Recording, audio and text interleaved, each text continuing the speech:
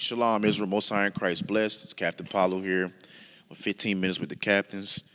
Today I kind of want to go over, I guess, drunkenness, and pretty much not just actually in the access of just wine and stuff like that, but anything that can separate us from reality. I know a lot of times us being under these curses, a lot of things happen in our life to where we want to separate ourselves from the reality that's going on around us. And sometimes those sorrows and the depression keeps a stronghold on us to where we don't know how to differentiate what's going on. And we go to other things like alcoholism, drugs, porn, go to all these different things to try to cope some of the things that we're dealing with. You know what I mean? And all of it pretty much is an access of being intoxicated to get away from the things that's going on in our life. And that's not a way to do it. All right. We have solutions behind it. The Bible is the solution to get over those things. But it's not meant for that. All right. It's a lot of people that come in this world where they're in the midst of drunkenness. I don't know nobody that drink alcohol for the taste of it. It's for the feel. They want to feel merry, and we're going to talk about that. But sometimes, people that get overly excessive with alcohol and so forth, they begin to get drunk or don't know how to control themselves, and it's all the time. It ain't just once. They always is in the midst of that, and that means they have a deeper issue that's rooted. 9 times out of 10, they haven't corrected it. All right? So a lot of things happen to where we go into drunkenness or drugs, crack, cocaine, alcohol, weed, pills, all of those things to escape reality of the things that we're going through. But God said we're not supposed to be like that.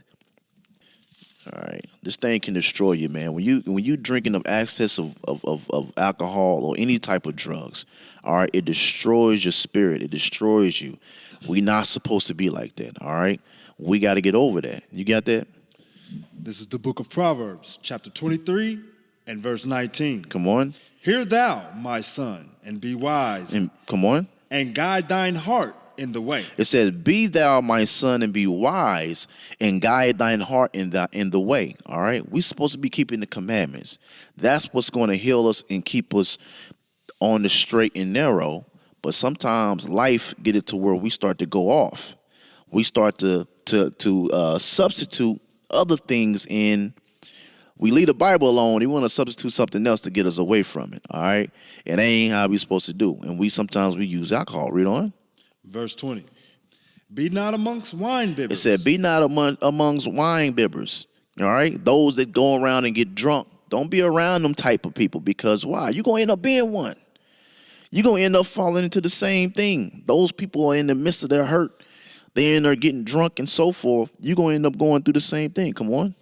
Amongst riotous eaters of flesh. Amongst riotous and eaters of flesh. Come on. For the drunkard and the glutton shall come to poverty. It says, from the drunkard and the glutton shall come to poverty. There's no difference from alcohol than you eating yourself to death. That's another thing that can be intoxicating, that can get you where you escape from reality. Overeating. You know what I mean? That depression sits in, and what happens? You start to overeat. You come into the truth, 170 pounds, let's say 165 pounds, now you 330. You know what I mean? You 330 because you still dealing with your the old things. You haven't dealt with the things you was dealing with before. You eating yourself, to death. Ain't no difference from drinking. This all comes from some type of sorrow, depression that you have not gotten over. And you got to get over that. You got to read the scriptures. The scriptures is what finds us confident. We're going to get to that. Come on.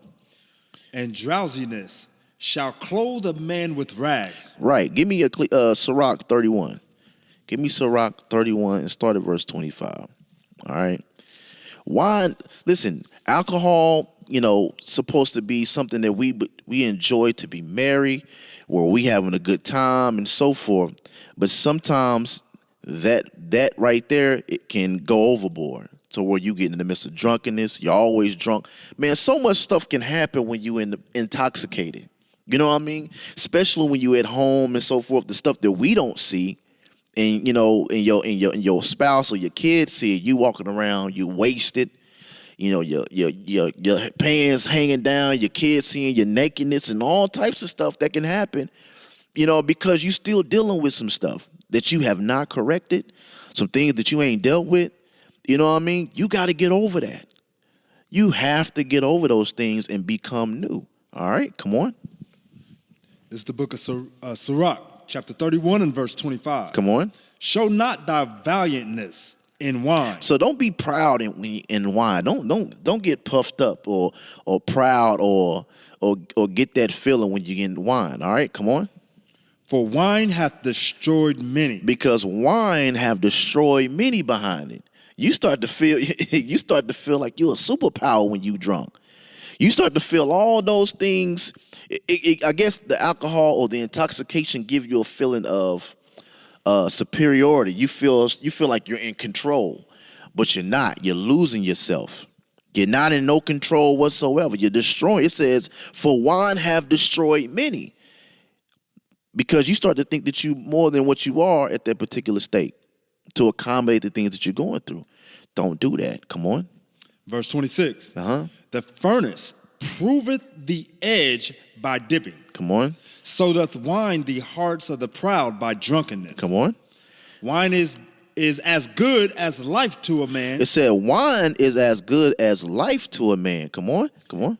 If it be drunk moderately. If it be drunk moderately. All right. If we're going to be dabbling to drinking, it need to be done when we being married, we around one another, and we having a good time, and not for your sorrows. You don't need to be dealing with it. Some of y'all don't need to drink at all. Y'all can't handle it because y'all have some underlying issues that y'all dealing with, and y'all use alcohol or other things or food to try to cover that up, and you end up getting put out for alcohol.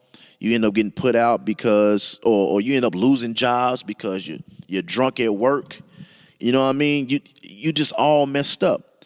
You got to fix that, all right? Don't be like that. Come on.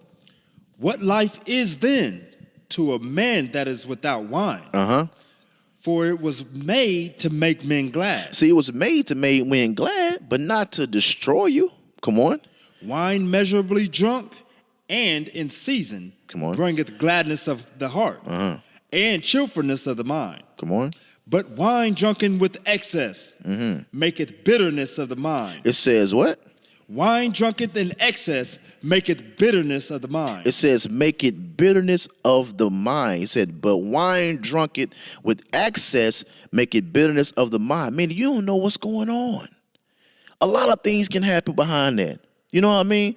I know I ain't the only one. You know what I mean? Unless y'all just holier than thou. You know what I'm saying? But I know I didn't like the club, but I done been to the club a few times, and I seen a woman right there passed out, her all over, puke everywhere. She's done. You can get taken advantage of when you in these states. You know what I mean? Like all type. Listen, that stuff it put another spirit on you when you drunk like that. When you excessive drinking and so forth. Anything happen. People that murdered people by excessive drinking. You know what I mean? I've heard a story where they said one of their cousins, I guess, got drunk or was on drugs, you know, and next thing you know, he wake up here in prison. He done killed somebody in front of everybody because they using these things to get away from something, and you can't control it. You do not need to be drinking no liquor whatsoever because your mind ain't right. Your spirit ain't strong enough for it. All right? It's going to do nothing but destroy you. Come on. Read it again. But wine drunken with excess maketh bitterness of the mind. With brawling and quarreling. And it put another spirit on you because you be wanting to fight. You like I said, valiantness in wine. You start to, kind of be puffed up. You start to feel like you're proud and so forth. Nah, man. check that stuff, man. You need to check what's going on. A lot of y'all be having those underlying issues. You bring that back. You bring that into your relationships. You don't get over it. You use that against your spouse, against your kids, and so forth. Yeah, we all been through things. All right, we've all been through things in life to where we do need a coping mechanism. You know what I mean? But what is that? The Bible is that. The Bible is what's going to help us cope with the things we've been through. The Bible is going to be what's going to wash us. All right, come on. Drunkenness increaseth the rage of a fool till he offends. It says drunkenness increases the rage of a fool till he offends somebody. Then it's too late. You can't control yourself.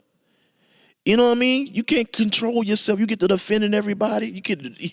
You know them drunken people. They be all on you and grabbing you and hold you, like, make it up off me. You know what I mean? That's not how we supposed to be. All right. That's a spirit that we don't want on us. Come on. It diminisheth strength and maketh wounds. Rebuke because it said it diminishes strength and maketh wounds, meaning like you can just really destroy people in your drunkenness. You can say words that you really don't mean, or you probably did mean, and now you have the courage to go out and say it now.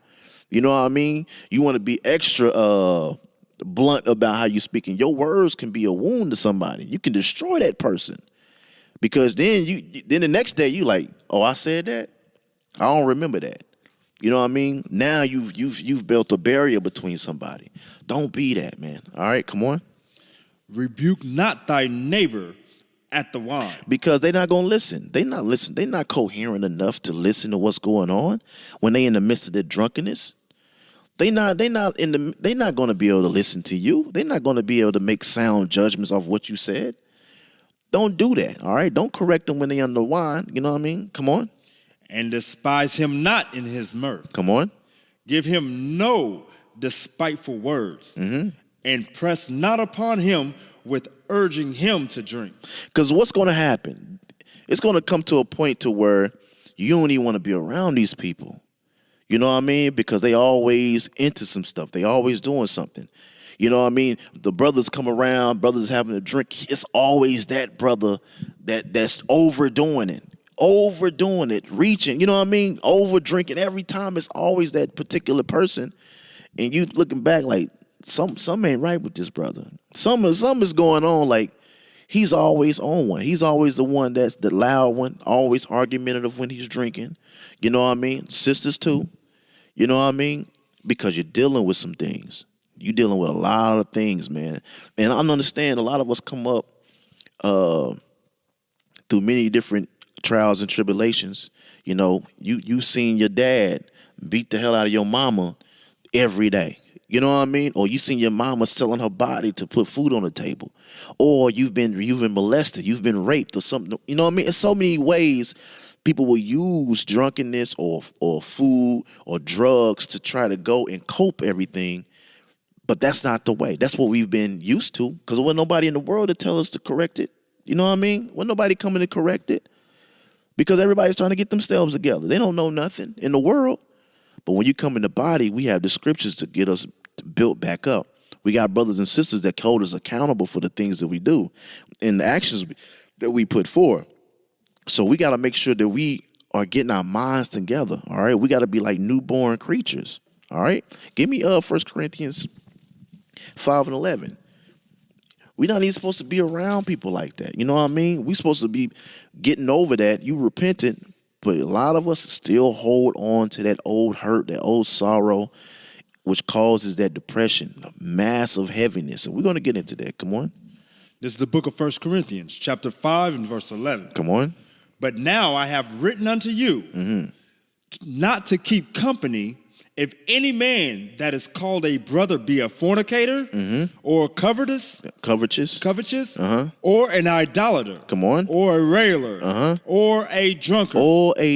We're not supposed to keep company with that type of person. All right? Because that person got a lot of issues. They always drinking. They always in the midst of something. They dealing with a lot of things that they haven't fixed yet. All right? He be like, damn, are they drunk again? You know what I mean? Causing issues and so forth. You're not even supposed to be around that person. Come on. Or an extortioner. Come on. With such a one, no, not to eat. So all of these are the same pretty much. I mean, ain't no difference from, you being a drunkard and a fornicator, or you being covetous or an idolater or an extortioner. All of those run in the same, man. All right? So we got to be careful how we deal with ourselves, and we got to get over this sorrow and this hurt that we're dealing with. All right? It's other ways to cope with these things that we have to get over. I know a lot of us had harder lives than each other, you know what I mean? But we got to use the Bible to help build us up from that. All right? Give me because I don't know how much time. Give me and also, no. Yeah, give me a Sirach 38. Give me Sirach 38 and 15. Because we don't even think about this too. The effects of us being in the midst of drunkenness, drinking excessively, or overeating, or doing drugs and so forth, or even porn, or any of these things that try to keep you from, or that you try to cope with, to try to get over things that you're coping wrong. You need to be using the scriptures, but any of those things, all these things can hurt you. Read that. This is the book of Sirach, chapter 38 and verse 15. Because all those things is sin, all right? All those things is sin, and those things are going to create problems for you. I'm telling you, if we don't quit it, come on. He that sinneth before his maker. Say, he that sinneth before his maker, come on. Let him fall into the hands of the physician. It said, let him fall into the hands of the physician. You getting drunk every day. It ain't like, oh, it was an accident. You're over drinking every day. Every day you gotta have 4 or 5 drinks. Now you got cirrhosis of the liver. Or you smoking, you ain't letting nobody you think everything is cool, but you smoking weed in the background. Or you smoking cigarettes, but now you got throat cancer. You got lung cancer. You know what I mean? You're overeating. Now you got diabetes. You don't want to work out. You don't want to eat better. That's why Captain Shem been on us. Like, listen, y'all got to get yourself together. Strokes. All these things happen because we in the midst of wickedness. We're in the midst of sin. And we're not doing nothing to correct it. And the Most High going to put you in the hands of the physician. Now it's up to the doctor to fix you. You know what I mean? You don't want to fix yourself. We shouldn't even have to come to the point to where the doctor's got to intervene, or the Most High have to intervene and put us, give us a real nigga wake-up call. You know what I mean? A real nigga wake-up call for us to get ourselves together, all right? Because we supposed to be building this nation up. We ain't got time, to be going backwards, all right? So we got to deal with the issues at hand. A lot of y'all be having marital issues, and you blame your spouse, because you haven't gotten over certain things. Or you treat your kids a certain way because you haven't gotten over how your dad treated you, or your dad wasn't there. You start to go follow into the same footsteps. It's a lot we got to do. We got to get over these things, all right? Give me 1 Timothy's 3:1. Because as men, we want to be the ones out there teaching, going out there and compelling our people in, right? If you read that, let's read that. This is the book of 1 Timothy. Chapter 3 and verse 1. Come on. This is a true saying. Mm-hmm. If a man desire the office of a bishop, come on, he desireth a good work. He desire a good work, all right? Come on. A bishop then must be blameless. But guess what? You got to be blameless, though.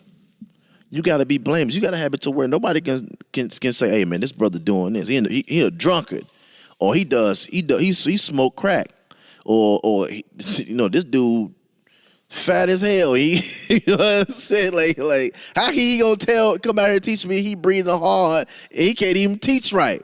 You know what I mean? Listen, these people we got teaching will call you out on it. You know what I mean? Like, how can he teach me something? This dude he's a freaking glutton. You know what I mean? So it's like, how can you teach me something? You got to be blameless. You got to be blameless. You got to be on point. Come on.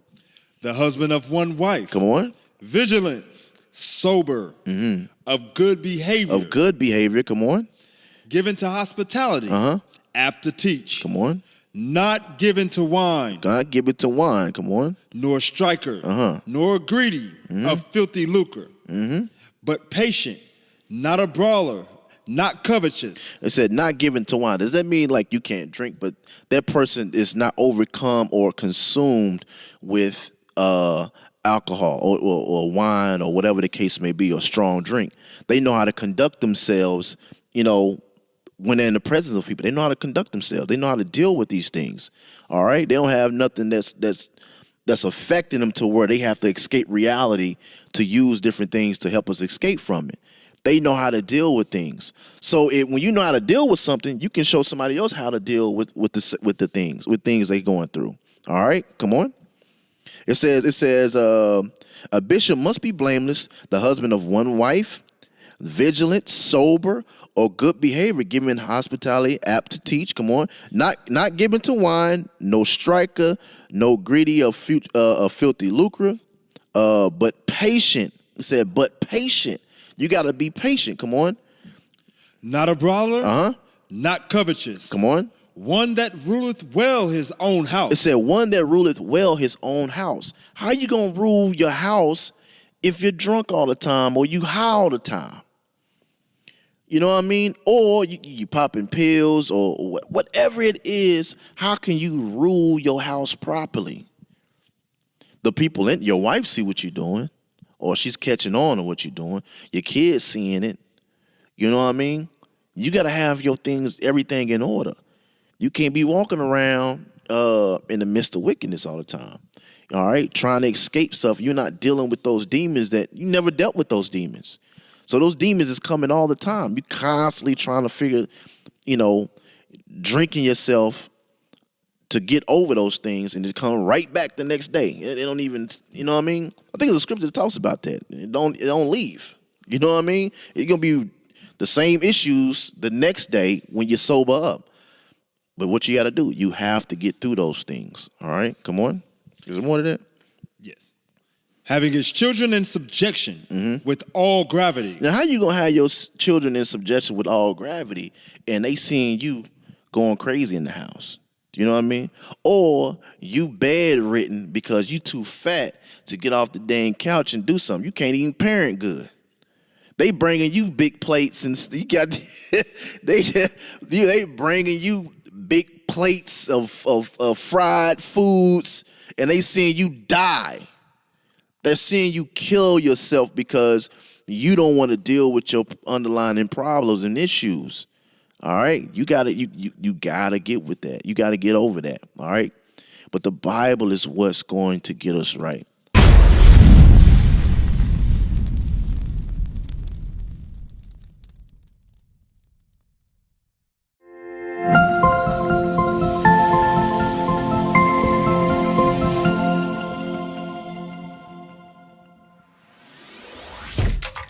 Shalom, Israel. This is Bishop Nathaniel. I want you to know that you can view all our Sabbath classes live on IUIC TV. That's right, I said on IUIC TV.